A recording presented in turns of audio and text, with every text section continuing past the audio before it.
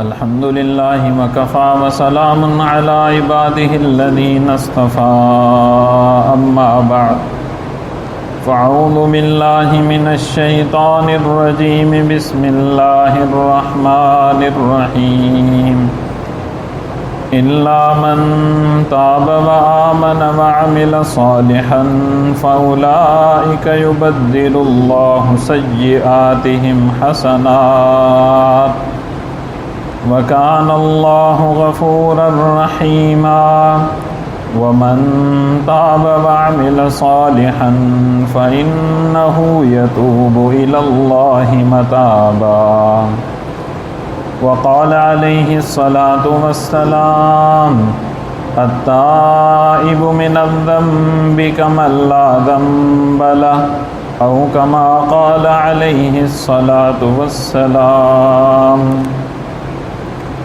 صدق الله العظيم وصدق رسوله النبي الكريم ونحن على ذلك لمن الشاهدين والشاكرين والحمد لله رب العالمين. درود شریف پڑھ لیجیے.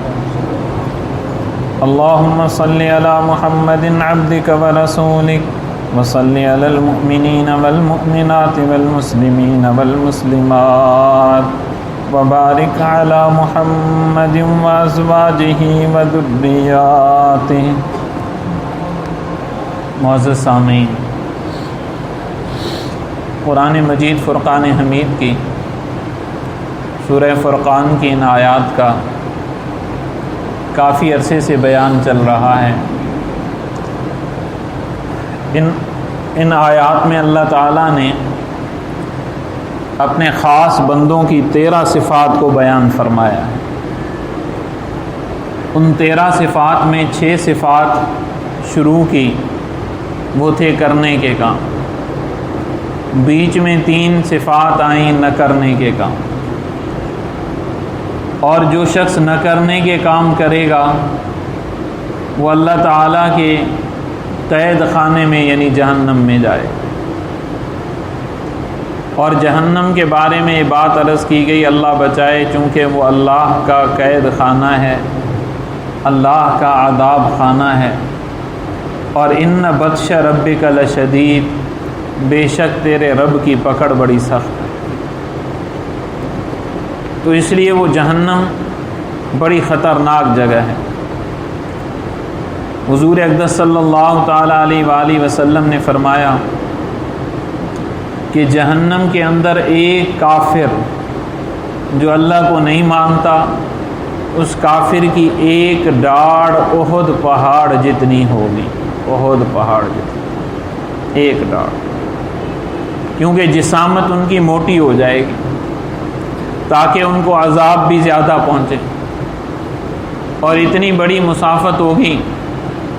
فرمایا کہ کافر کے جسم کی جو کھال ہے، یہ کھال جس کو ہم ایک تھوڑا سا معمولی سا کانٹا لگ جائے، سوئی لگ جائے، یہ فوراً پھٹ جاتی ہے، نیچے سے خون ظاہر ہو جاتا ہے. حضور اقدس صلی اللہ علیہ وسلم نے فرمایا یہ 42 گز موٹی ہو، 42 گز موٹی. اور فرمایا کہ اس کے بیٹھنے کی جگہ یہ اتنا سفر ہے کہ 3 دن انسان چلتا رہے، مسلسل سفر کرتا رہے، اور 3 دن میں تقریباً جو وہ سفر کرے گا آپ سمجھیں وہ شرعی طور پر 48 میل یعنی 77 کلومیٹر کا سفر ہو. اس کے بیٹھنے کی جگہ 77 کلومیٹر. لیکن اس کے باوجود دنیا میں اکثریت کافروں کی، وہ کافر جہنم میں ڈالے جائیں گے، پھر بھی وہ چیخ رہی ہوگی حل من مزید، حل من مزید، حل من مزید. اے اللہ میں خالی ہوں، مجھے اور دیجیے، اور دیجیے، اور دیجیے. یعنی بھرے ہی نہیں، ہاؤس فل نہیں ہوگا. اتنا خطرناک معاملہ. اب اس معاملے سے بچنے کی کوئی صورت؟ تو اللہ تعالیٰ نے اگلی 2 آیتوں میں ان معاملے سے بچنے کی صورت بتائی پہلی آیت میں فرمایا میں نے پڑھی الا من تاب، مگر وہ شخص جو توبہ کرے، وآمن، اور ایمان بھی لے آئے۔ اب ایمان لانے کا مطلب کیا ہے کہ پہلے کافر تھا، شرک کیا، قتل ناحق کیا، بدکاریاں کی، اب توبہ کی اور ایمان لے آیا۔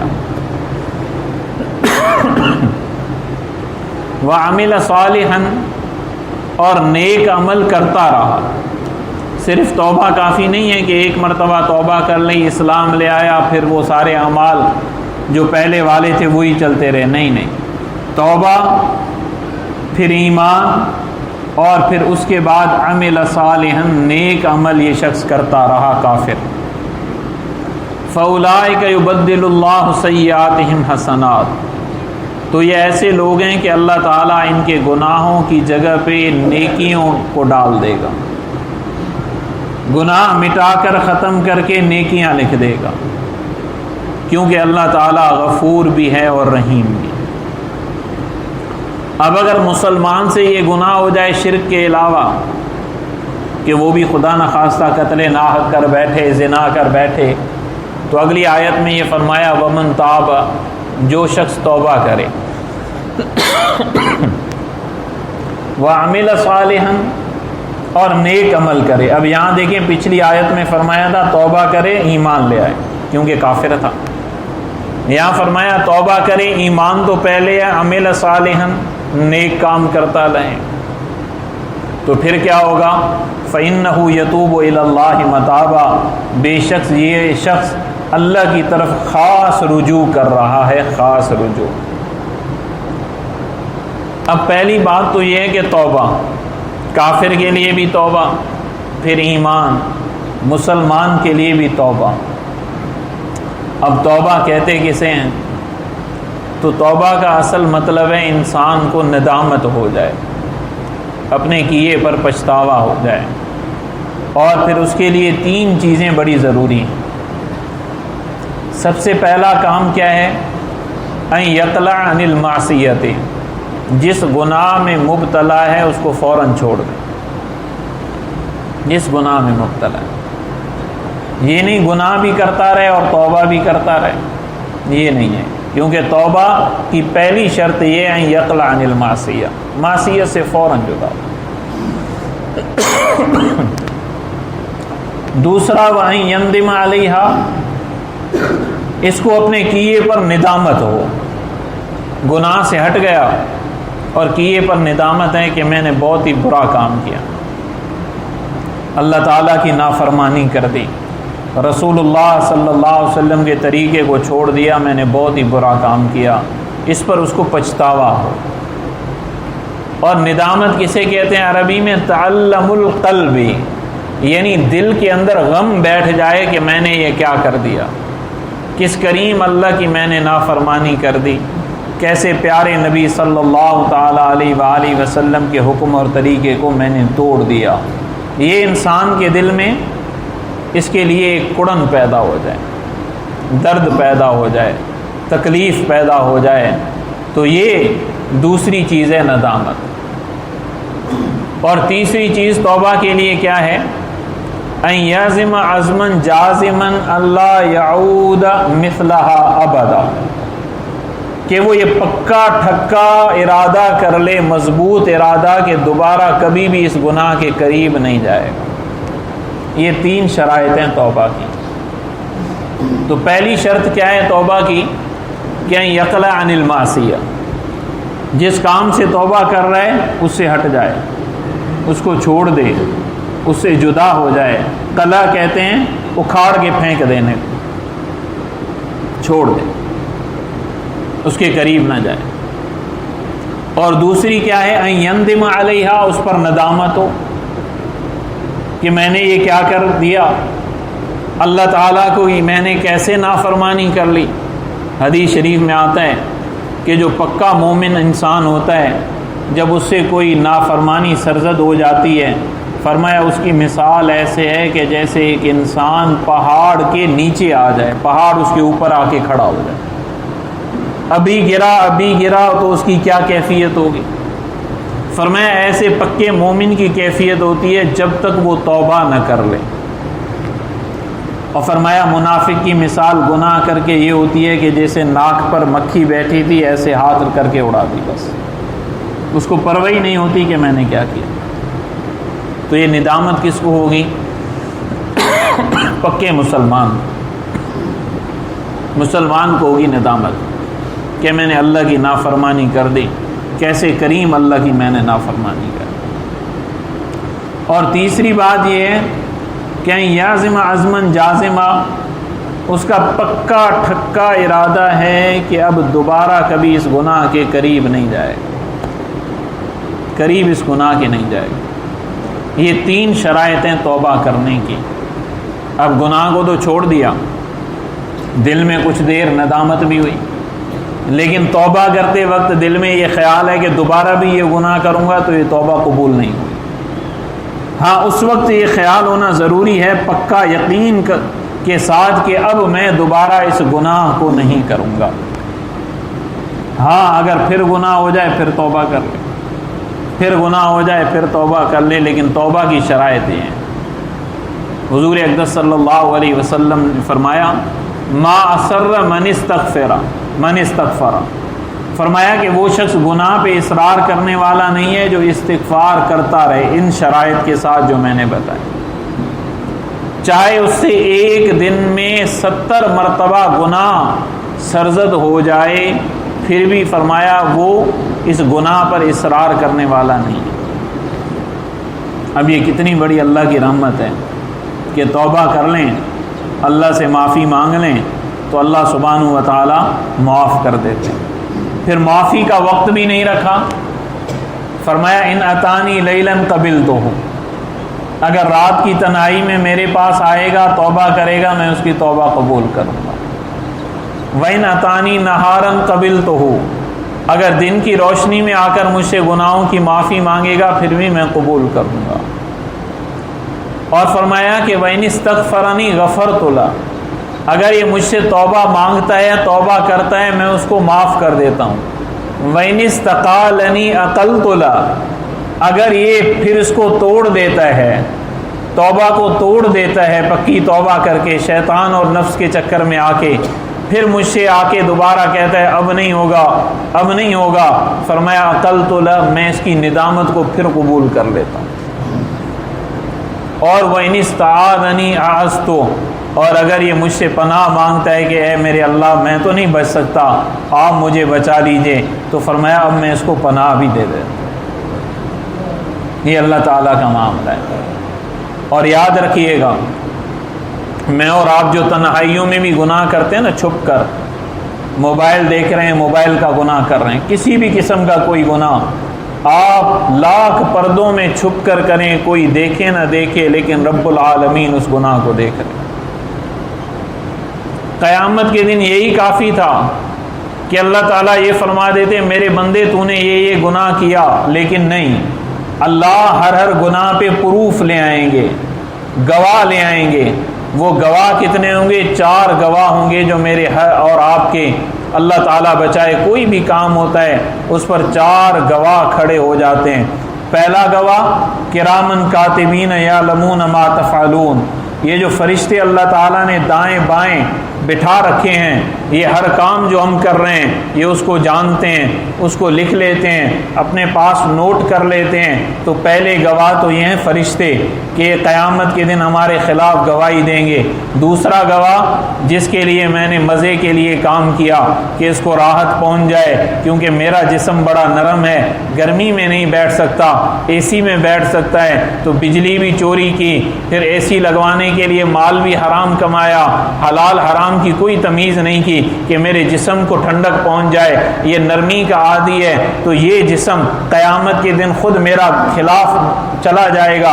الیوم نختم علی افواہہم، قرآن مجید نے فرمایا قیامت کے دن اللہ تعالیٰ زبان پر مہر لگا دیں گے، وتکلمنا ایدیہم وتشہد ارجلہم بما کانوا یکسبون، اس کے ہاتھ بھی اس کے خلاف، اس کے پاؤں بھی اس کے خلاف، اس کا جسم اس کے خلاف کھڑا ہو جائے گا۔ اور دوسری جگہ پہ قرآن مجید نے فرمایا وقالوا لجلودہم، یہ اپنے چمڑوں کو کہیں گے، اپنے جسم کو کہیں گے لم شہدتم علینا، آج تم ہمارے خلاف کیوں گواہ بن گئے، آج تم ہمارے خلاف کیوں کھڑے ہو گئے؟ تو وہ کیا کہیں گے؟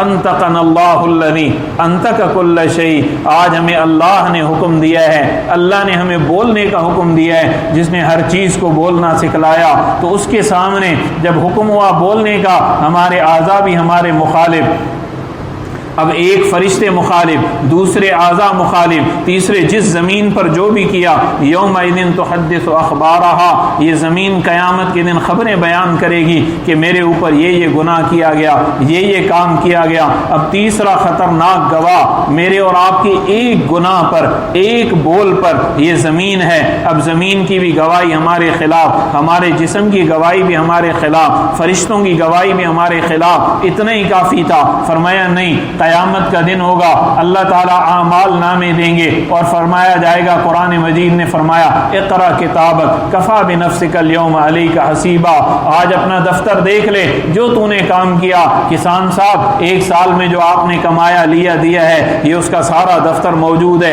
آگے آپ کے انگوٹھے موجود ہیں۔ اللہ فرمائیں گے کہ جو تو نے دنیا میں کیا تھا وہ سارا اس دفتر میں موجود ہے، اور اس دفتر کو دیکھ کر انسان کہے گا کیا؟ یا ویلتنا مال ھذا الکتاب، ہائے میری بربادی، اس کتاب کو کیا ہوا، اس صحیفے کو کیا ہوا، اس کاپی کو کیا ہوا۔ لا یغادر صغیرۃ ولا کبیرۃ الا احصاها، اس نے نہ بڑا گناہ چھوڑا نہ چھوٹا گناہ چھوڑا، ہر بات اس میں صاف صاف لکھی ہوئی ہے۔ یہ چار گواہ ہوں گے جو قیامت کے دن ہر انسان کے گناہ پر کھڑے ہوں گے اور یہ گواہی دیں گے اس انسان کے خلاف۔ دنیا میں تو دو گواہ ہوں ان پر گواہی معتبر مانی جاتی ہے سوائے زنا کے معاملے کے، یہاں تو چار گواہ ہوں، چار گواہیاں دیں، پھر بات اللہ تعالیٰ کے دربار میں واضح ہو جائے گی۔ اب جناب یہ گناہ کر دیے، اب جناب ان گواہوں سے جان کیسے چھڑائیں؟ یہ پاکستان تو ہے نہیں کہ رشوت دے کر جان چھڑائی جائے، یہ دنیا تو ہے نہیں روب ڈال کر جان چھڑائی جائے، یہ دنیا کے معاملات تو ہے نہیں کچھ لے دے دیا، کچھ کسی سے کہلوا دیا، معاملہ صاف ہو گیا، پولیس نے دبا دی فائل گم کروا دی، پھر بعد میں ریکارڈ ہی چلوا دیا۔ ایسے بھی ہو جاتا ہے دنیا میں، وہاں تو ایسے ہونے کا تصور نہیں۔ نہ زمین رشوت لے، نہ اپنے اعضاء رشوت لیں، نہ فرشتے رشوت لیں، نہ کرامن کاتبین کا دفتر رشوت لیں۔ اب جناب گناہ میں کر چکا، اپنی زندگی کو میں برباد کر چکا، اپنے اللہ کی میں نافرمانی پیارے اللہ کی کر چکا، اب میں کیا کروں؟ میں کیسے ان گناہوں سے توبہ کروں؟ اے اللہ اگر میں توبہ کرتا ہوں، چلو میں نے توبہ کر لی، میری توبہ کا پتہ آپ کو ہے اور کسی کو نہیں، فرشتے بھی میرے خلاف گواہ موجود ہیں، جسم بھی میرے خلاف گواہ موجود ہیں، زمین بھی میرے خلاف گواہ موجود ہے، دفتر بھی میرے خلاف گواہ موجود ہیں۔ چلے آپ نے کرم فرما دیا، فرشتوں سے کہہ دیا کہ چلو جناب اس گناہ کا معاملہ نہیں ہے، اس نے توبہ کر لی۔ آپ نے اعضاء کو کہہ دیا اس گناہ کا معاملہ نہیں ہے، اس نے توبہ کر لی۔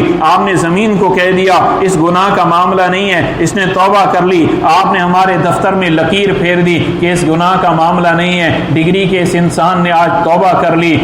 پھر کیا ہوا؟ جیسے اوپر سے دباؤ آیا، فائل چھپا کے رکھ دی گئی، ختم نہیں کی گئی، فائل آپ کی چھپی ہوئی ہے۔ جب آپ کو پکڑنا ہو پھر اسی کے ذریعے بلیک میل کیا جاتا ہے، جیسے آج کل دنیا میں عام ہے، خصوصاً ہمارے سیاست دانوں کے ساتھ پرانی فائلیں نکالی جاتی ہیں، شاید وہاں بھی ایسے معاملہ ہو۔ فرمایا نہیں، جب ان شرائط کے ساتھ جو میں نے پہلے عرض کی، یہ انسان توبہ کرتا ہے، اپنے گناہوں کو خدا کے سامنے لے جاتا ہے اور روتا دھوتا ہے اور اپنے گناہوں کی معافی مانگتا ہے، اور اس کی حالت کیا ہوتی ہے؟ قرآن مجید نے فرمایا وَعَلَى الثَّلَاثَةِ الَّذِينَ خُلِّفُوا حَتَّى إِذَا ضَاقَتْ عَلَيْهِمُ الْأَرْضُ بِمَا رَحُبَتْ، زمین اپنی وسعتوں کے باوجود ان پر تنگ ہو گئی، ان گناہوں کی وجہ سے تنگ ہو گئی۔ انہوں نے یہ سمجھا ہم نے اللہ کی نافرمانی کر لی، اس لیے زمین بھی تنگ ہو گئی۔ وَضَاقَتْ عَلَيْهِمْ أَنفُسُهُمْ، اپنی جانیں بھی ان پر تنگ ہو گئی۔ وَظَنُّوا أَلَّا مَلْجَأَ مِنَ اللَّهِ إِلَّا إِلَيْهِ، اور انہوں نے گمان کر لیا خدا کے علاوہ ہمارا کوئی ٹھکانہ نہیں ہے،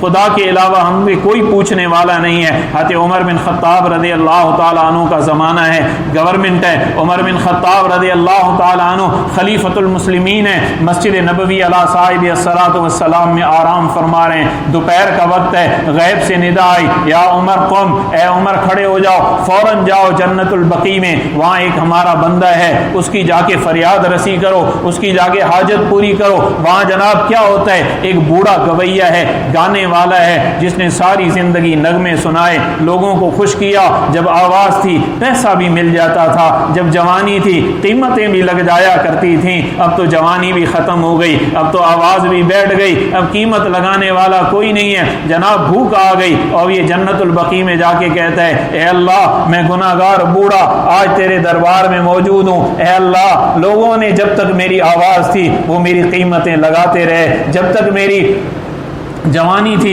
میری قیمت لگتی رہی، آج جوانی بھی ختم ہو گئی، بڑھاپا آ گیا، آج آواز کا سوز بھی ختم ہو گیا، آواز بھی بیٹھ گئی، اے اللہ میرے پاس کھانے کے لیے بھی کچھ نہیں ہے، پینے کے لیے بھی کچھ نہیں ہے، مجھے پتہ ہے اے اللہ میں نے کبھی تجھے راضی نہیں کیا، لیکن اب بتا تیرے در کو چھوڑ کر میں جاؤں کہاں، کون ہے میرا تیرے سوا، اے رب العالمین میرے کھانے کا بندوبست فرما دیجئے، میری حاجتوں کو پورا کر دیجئے۔ حضرت عمر بن خطاب ہیں، اٹھے ہیں مسجد نبوی سے اور سیدھے تیزی سے جا رہے ہیں جنت البقیع میں، جب اس شخص کی نظر پڑی جو جھاڑیوں کے نیچے بیٹھ کر اپنا اللہ اللہ کر رہا تھا، وہ شخص اٹھا اور دوڑ کر بھاگنے لگا، فرمایا رک جاؤ، بھاگو نہیں، میں آیا نہیں ہوں، بھیجا گیا ہوں۔ کہا کس نے بھیجا ہے؟ کہا جس کے پاس تو فریاد کر رہا تھا اس نے عمر بن خطاب جیسے انسان کو بھیج دیا ہے، جس کے پاس تو رو رہا تھا اس نے مجھے حکم دیا ہے میں تیری فریاد رسی کروں۔ کیسے مسلمان تھے، گناہ تو ہو جاتا تھا لیکن دل دیکھیے کیسا تھا۔ فوراً کا عمر تجھے خدا نے بھیجا ہے؟ فرمایا ہاں مجھے خدا نے بھیجا ہے۔ تو فوراً ایک چیخ ماری، اے میرے اللہ میں تیرا کتنا نافرمان بندہ، لیکن آج بھی تو نے میری ستاری کا معاملہ کیا، آج بھی عمر جیسے انسان کو بھیج دیا۔ یہ کہہ کر وہ دوبارہ چیخا، اس کی روح پرواز کر گئی۔ حضرت عمر رضی اللہ تعالیٰ عنہ نے اس کو غسل دیا، نماز جنازہ پڑھائی اور اس کو دفن فرمایا۔ یہ ہے ہمارا اللہ، یہ ہے ہمارا رب، رب العالمین ہے، رب العالمین۔ تو توبہ اس طرح کریں کہ خدا کے سوا اور کوئی ٹھکانہ نہ ہو۔ پھر جب آپ ایسی توبہ کریں گے، اللہ کے دربار میں توبہ لائیں گے، یا اللہ میں توبہ تو لے آیا، تو نے تو معاف کر دیا، لیکن ڈگری شہر میں جب چلتا ہوں جن کے سامنے گناہ کیے ان کو گناہ نہیں بھولتا، یہ تو مجھے اس آنکھوں سے دیکھتے ہیں، یہ تو مجھ سے کبھی کبھار چھیڑ بھی دیتے ہیں کہ تو وہی گناہ گار ہے۔ اے اللہ ڈگری والوں کے تو منہ خاموش ہو جائیں گے، لیکن قیامت کا دن ہوگا تیرے فرشتے بھی خاموش نہیں ہو سکتے، میرا جسم بھی میرے خلاف، یہ زمین بھی گواہیاں دے گی اور اعمال نامے میں لکھا ہوگا۔ فرمایا نہیں، اذا تاب العبد، جب بندہ سچے دل سے توبہ کرتا ہے، انس اللہ الحفظۃ ذنوبہ، اللہ سب سے پہلے کیا کرتے ہیں؟ فرشتوں سے گناہوں کو بھلا دیتے ہیں، ان کی میموری سے ڈیلیٹ ہو جاتا ہے۔ یہ نہیں کہ لکیر پھر جائے، گناہ کیا تھا، رب نے کہا تھا خاموش ہو جاؤ، گناہ کیا تھا، وزیر اعظم نے کہا گواہوں کو خاموش ہو جاؤ، دیکھتے تو ہیں لیکن بولتے کچھ نہیں۔ فرمایا نہیں، انس اللہ الحفظۃ ذنوبہ، اللہ ان کی میموری سے ڈیلیٹ کر دیتا ہے۔ پھر فرمایا انسا ذالک جوارحہ، یہ اعضاء کو بھی خدا بھلا دیتا ہے، ومعالمہ، اور فرمایا زمین کی جتنے اوپر اس نے گناہ کیے ساری زمین کو بھی بھلا دیتا ہے، سب گناہ بھلا دیتا ہے۔ پھر اعمال نامے میں لکیریں نہیں پھری ہوئی ہوتی، لال پین سے نشان نہیں لگے ہوتے، فرمایا خدا وہ گناہ مٹا دیتا ہے۔ یبدل اللہ سیئات حسنات، ان کی جگہ خدا نیکیاں لکھوا دیتا ہے۔ یہ کس کے ساتھ کرتا ہے؟ ومن تاب وعمل صالحا، توبہ کی، اس توبہ کے بعد نیک عمل کرتا رہا، اللہ کو راضی کرتا رہا، فإنہ یتوب الی اللہ متابا، اس کی توبہ پر دلائل اس کی اگلی زندگی تھی، وہ دلیل دیتی تھی، وہ علامت کے ساتھ چلتی تھی کہ اس نے خدا کے ساتھ سچی توبہ کر لی ہے، خدا کے ساتھ معاملہ سچا کر لیا ہے۔ اللہ کے ساتھ اپنا معاملہ سچا رکھیں، کیونکہ میں ایک بات عرض کرتا ہوں کہ قیامت کا دن ہوگا، خدا کے سامنے جائیں گے، پھر بھی یہ کہنا پڑے گا معاف کر دے، معاف کر دے، معاف کر دے، لیکن وہاں معافی نہیں ملے گی، کیونکہ یہ دنیا یہ دار العمل ہے، وہ دار الجزا ہے۔ معافی اگر مانگنی ہے اپنے اللہ سے یہاں مانگے۔ حدیث شریف میں آتا ہے حضور اقدس صلی اللہ علیہ وسلم نے فرمایا کسی مومن کی آنکھ سے اللہ کے خوف کی وجہ سے اتنا آنسو گر جائے جتنا مکھی کا سر مکھی کا سر، اتنے بڑے بڑے گناہ کیے ہم نے، کا ایک آنسو لے آؤ، ایک آنسو، کتنا بڑا؟ مکھی کے سر جتنا، وہ تو ان پلکوں کے اندر ہی چھپ جائے گا، مکھی کے سر۔ فرمایا بس اتنا آنسو تم لاؤ، اگر قیامت کے دن اپنے گناہوں کی وجہ سے جہنم میں جانا پڑا تو اللہ آگ پر ہمارے جسم کو حرام فرما دے۔ ایک آنسو، چھوٹا آنسو، مکھی کے سر جتنا، اللہ کے خوف سے آج بہہ جائے۔ ورنہ میری اور آپ کی امی جان نے فرمایا جب قیامت کا دن ہوگا انسان آنسوؤں سے روئے گا، آنسو ختم ہو جائیں گے، پھر فرمایا کہ اس کے جسم سے خون نکلنا شروع ہوگا آنکھوں کے ذریعے، پھر بھی معافی نہیں ہوگی۔ جس کو کہتے ہیں نا خون کے آنسو اس نے مجھے رلا دیا، خون کے آنسو روئیں گے پھر بھی معافی نہیں ہوگی۔ آج آسان ہے، معافی مانگ لیں اور اگلی زندگی کو درست کر لیں۔ اللہ تبارک و تعالی مجھے اور آپ کو عمل کی توفیق عطا فرمائے، اللہ ہمارے گناہوں کو معاف فرمائے۔